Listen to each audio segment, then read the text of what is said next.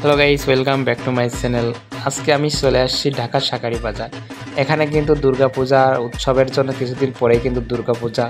এখানে কিন্তু বিভিন্ন দুর্গাপূজার জন্য প্যান্ডেল তৈরি করা হচ্ছে এবং এখানে মন্দিরে দেখতে পাচ্ছেন মন্দিরের ভিতরে কিন্তু প্রতিমা অলরেডি কমপ্লিট হয়ে গেছে। সামনে কিন্তু কাজ পরিচালনা চলছে। এখানে কিন্তু ইট সিমেন্ট দিয়ে সুন্দর করে লেবেল করা হচ্ছে যাতে মানুষ এখানে দাঁড়িয়ে প্রতিমা দেখতে পারে এবং বিভিন্ন লোকজন চলাচল করতে সমস্যা না হয়। রাস্তায় কিন্তু বিভিন্ন লোকজন চলাচল করছে এবং কেনাকাটা করছে। দোকানপাট কিন্তু বন্ধ থাকে। আমি সকালের দিকে গিয়েছিলাম। এখানে কিন্তু সিমেন্ট দিয়ে ঠিক করা আছে, দেখেন এটা উঁচু নিচু না থাকে, মানুষ চেয়ার দিয়ে এখানে বসতে পারবে বা বিভিন্ন ধরনের অনুষ্ঠান হতে পারে। আমি কিন্তু চলে আসছি ঢাকা শাঁখারী বাজার।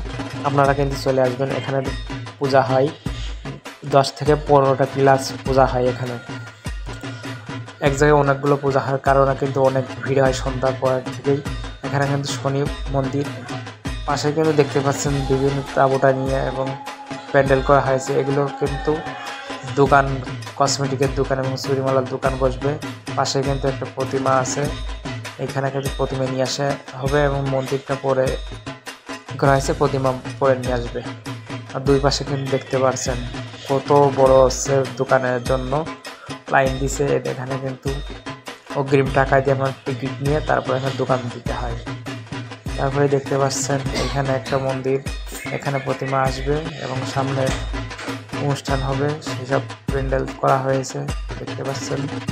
পাশে কিন্তু শনি মন্দিরেও কিন্তু কাজ চলছে। দেখেন কত কিছু লাগে, আসলে সত্যি ভালো লাগে শাঁখারী বাজার। এবং সামনে দেখতে পাচ্ছেন ওই দেখেন রঙের কাজ চলছে, বাঁশকুড়ি বাড়িতে বিভিন্ন কাজ করছে।